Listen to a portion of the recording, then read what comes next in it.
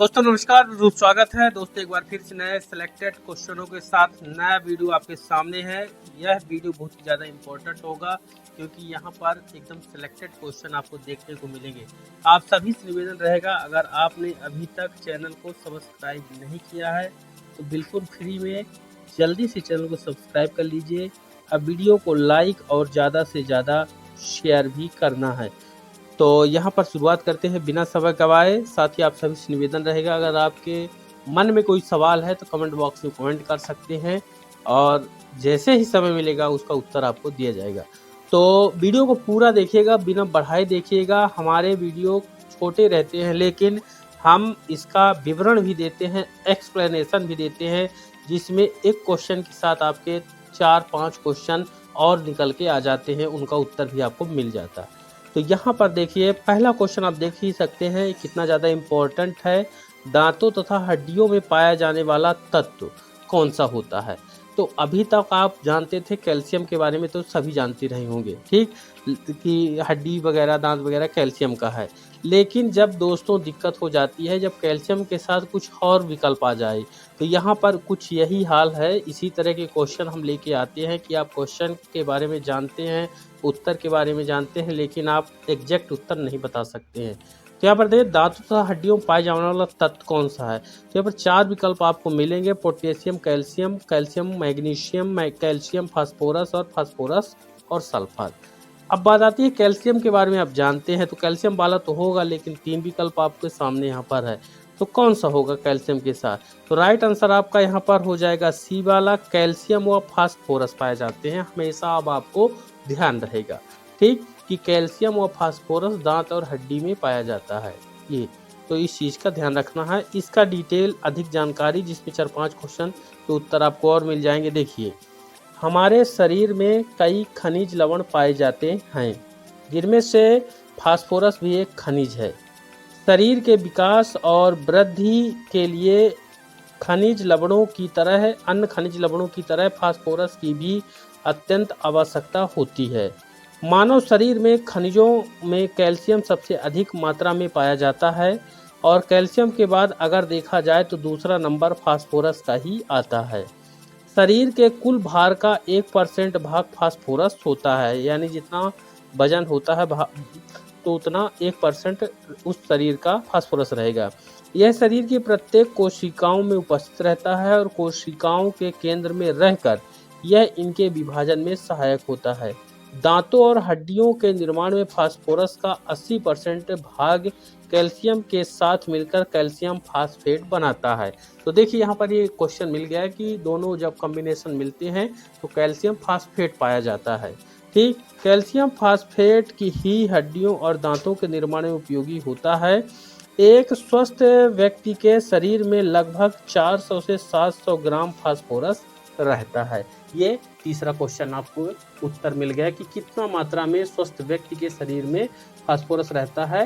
तो 400 से 700 gram phosphorus उपस्थित होता है। मुझे उम्मीद है सभी डिटेल आपको बहुत ज़्यादा इम्पोर्टेंट लगे हैं। अगला क्वेश्चन है जैविक सेवन है, क्या है? तो देखिए इलेक्ट्रॉनिक पैर है, पेस मेकर है, कृत्रिम हृदय है, कृत्रिम नेत्र है। अब मुझे उम्मीद है कि इसके बारे में आपने अभी तक स्टडी नहीं किया रहा होगा, क्योंकि यह क्वेश्चन हाई लेवल के एग्जाम पर आया हुआ है, इम्पोर्टेंट है। और तो जैविक सेवन है, जैविक 7 भी इसको बोल सकते हैं।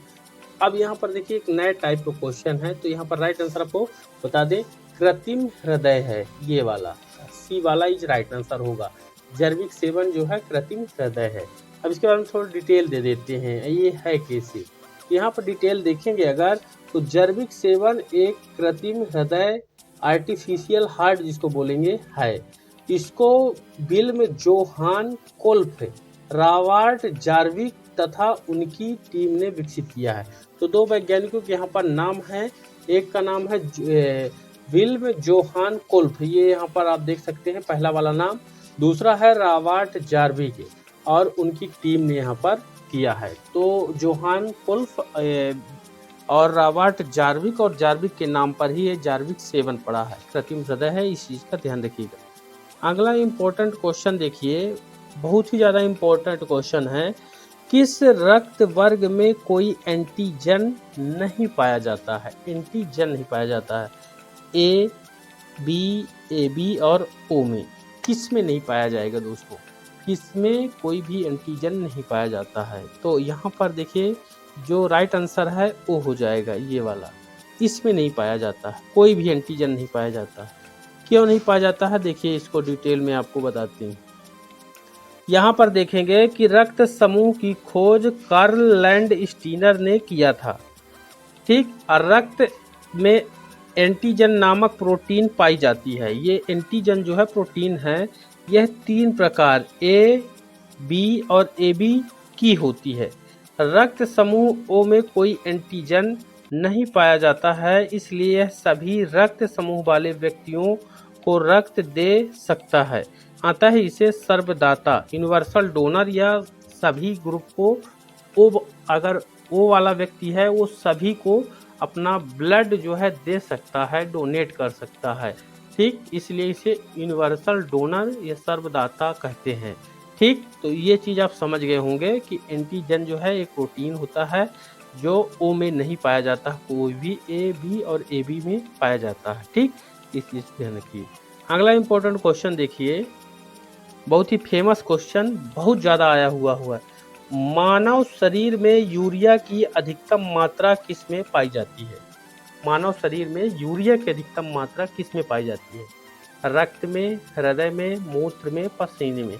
तो मुझे उम्मीद है आप इसका उत्तर लगा लेंगे। तो इसका राइट आंसर मूत्र ही होगा जो आप लगाए होंगे, इसमें पाया जाता है यूरिया की अधिकतम मात्रा। तो यहाँ पर देखिए सभी को बता देते हैं कि इसमें कितना पाया जाता है।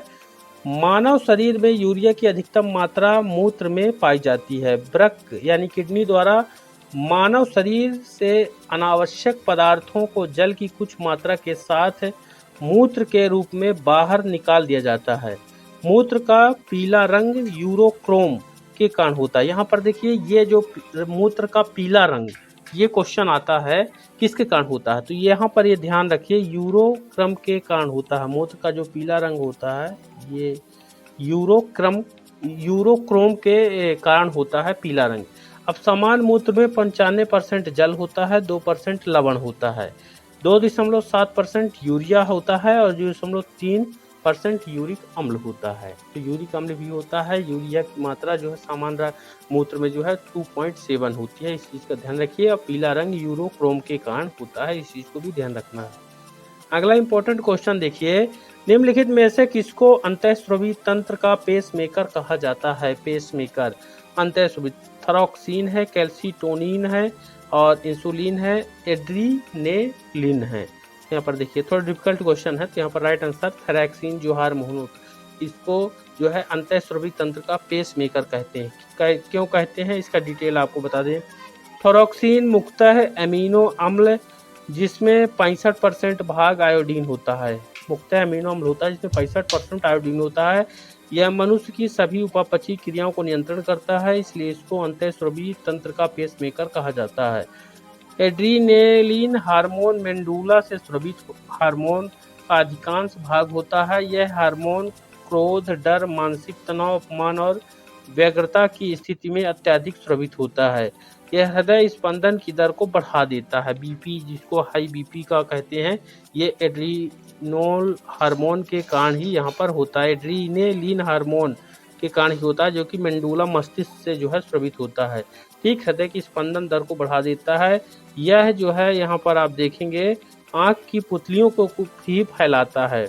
इंसुलिन जो होता है लैगर हैंस की दीपिका द्वारा स्रावित हार्मोन होता है जो रक्त में शर्करा की मात्रा को नियंत्रित करता है, ठीक। इसकी खोज बेंटिंग एवं बेस्ट ने 1921 में किया था। तो इंसुलिन का जो खोज किया है इसका एक क्वेश्चन बन गया कि कब किया गया है, और एक क्वेश्चन बन गया किस वैज्ञानिक ने किया है, ठीक को। तो बेंटिंग और बेस्ट ने 1921 में खोज किया था, ठीक। और लैंगर हैंस की दीपिका द्वारा स्रावित हार्मोन होता है इंसुलिन, लैंगर हैंस की। तो ये तमाम क्वेश्चन है यहाँ पर जो कि यहाँ पर निकल के आ रहे हैं, ठीक। अगला क्वेश्चन आयरिस के बारे में देखिए, आयरिस का क्या कार्य होता है? तो आयरिस का जो कार्य होता है पुतली के आकार को नियंत्रित करता है। यहाँ पर ज़्यादा समय नहीं लगाएंगे, यहाँ पर डिटेल आपको दे देते हैं।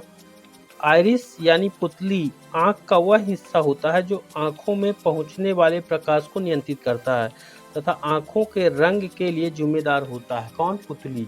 आंखों के रंग के लिए आपने देखा होगा किसी का आंख काला होता है, किसी का भूरा होता है, अलग अलग तरह की होते हैं। तो ये पुतली के कलर को ही हम कहते हैं कि इनकी आंखें भूरी हैं, काली हैं, ठीक इस तरह से।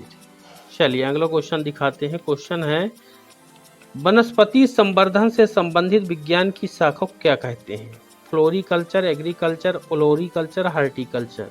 तो वनस्पति विज्ञान है तो उसको हार्टिकल्चर बोलेंगे यहाँ पर, डी वाला राइट आंसर। इसका डिटेल आप देख सकते हैं। हार्टिकल्चर विज्ञान की वह शाखा है जिसमें अनाज, फूलों और पौधों को उगाने से लेकर उनकी मार्केटिंग तक का अध्ययन किया जाता है। हार्टिकल्चर मानव उपयोग के लिए इस्तेमाल होने वाले पौधों के लिए विज्ञान, तकनीकी और विपणन से जुड़ा क्षेत्र होता है, ठीक, हार्टिकल्चर।